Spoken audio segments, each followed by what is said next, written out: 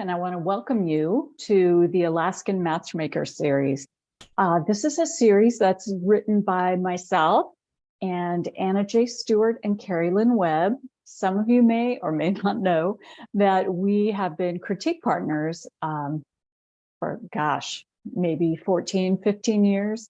We've been critique partners for a long time. So lived through our various aspects of our publishing career. And we are writing this series about fictitious Kenkamkem Bay in Alaska, which is a hockey-loving town, has a lot of snow, and where the men during wintertime don't shave.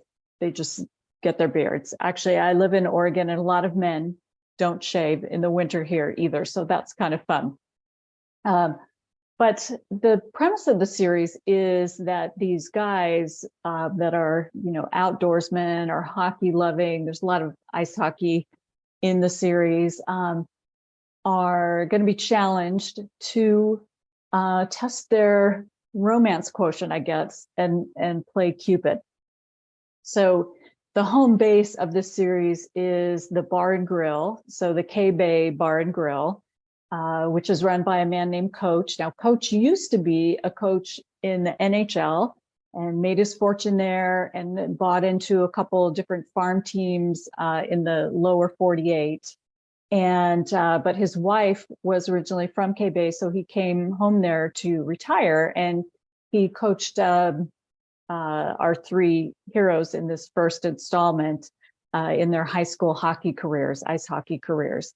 And so this is kind of where they gravitate towards when things don't go as they planned after high school. So he's called Coach, just like in Cheers, and he's behind the bar. But with that, let me just read you the opening and kind of explain what was going through my head when we were writing this. So this is the first chapter of novella number 1, which is written by me. It's called Baby Baby. And this is from Her Alaskan Valentine's Day Matchmaker. A good car is like a good life, Cooper Hamilton said to his friends over a beer on Friday night in Kenkamkem Bay, Alaska's Bar and Grill. Make it affordable, make it practical, make it easy to trade in, and you're all set. So Cooper is my hero, and he's great at selling things, right?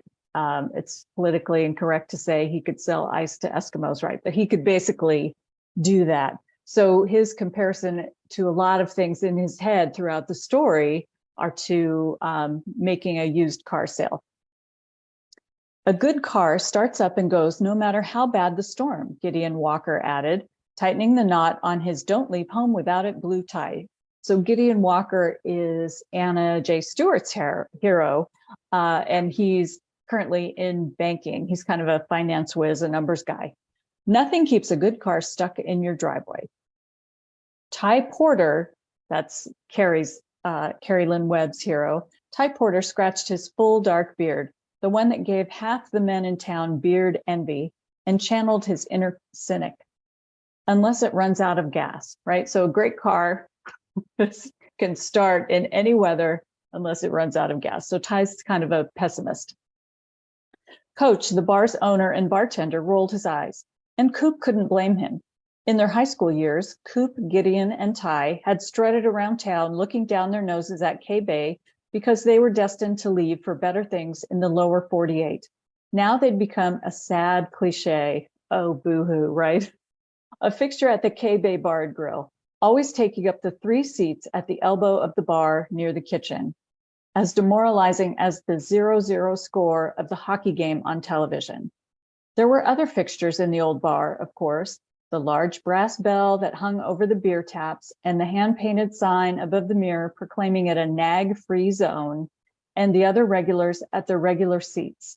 Mike and his fishing buddies around the pool table, Sam and the other cannery workers in the booths near the front windows, Derek and the cross-country truck drivers at the round wooden table in front of the big screen television. Coop supposed there was nothing wrong with being a regular and keeping to your group of friends. It was just that Coop hadn't expected to be one of them, the bearded, parka-wearing, windshield-scraping residents of a remote town in Southwest Alaska. So that kind of sets the scene for where this is going to happen. The bell that's hanging over the beer taps is actually an integral part of the story, because local folklore is that when you find true love, you ring the bell. And so as they continue to, kind of complain about their lot in life, Coach is going to challenge them to be able to matchmake people in this small town of Alaska. And through the process, they're going to learn about love. And that's really the premise of the series, is these guys. I mean, I love, and Anna and Cari and I all love, the premise of a guy who's kind of, a little bit cynical, thinks he might know about things, but maybe life hasn't worked out the way they planned. Really discovering what love can bring to his life. So anyway, that's my introduction to the Alaskan Matchmaker series. We are hoping to have a Christmas installment for Alaska Christmas Matchmaker. It's a mouthful, I know. Should be coming out in fall of 2023. So look for that. And we hope you enjoy the series. Thanks so much. Talk to you later. Bye.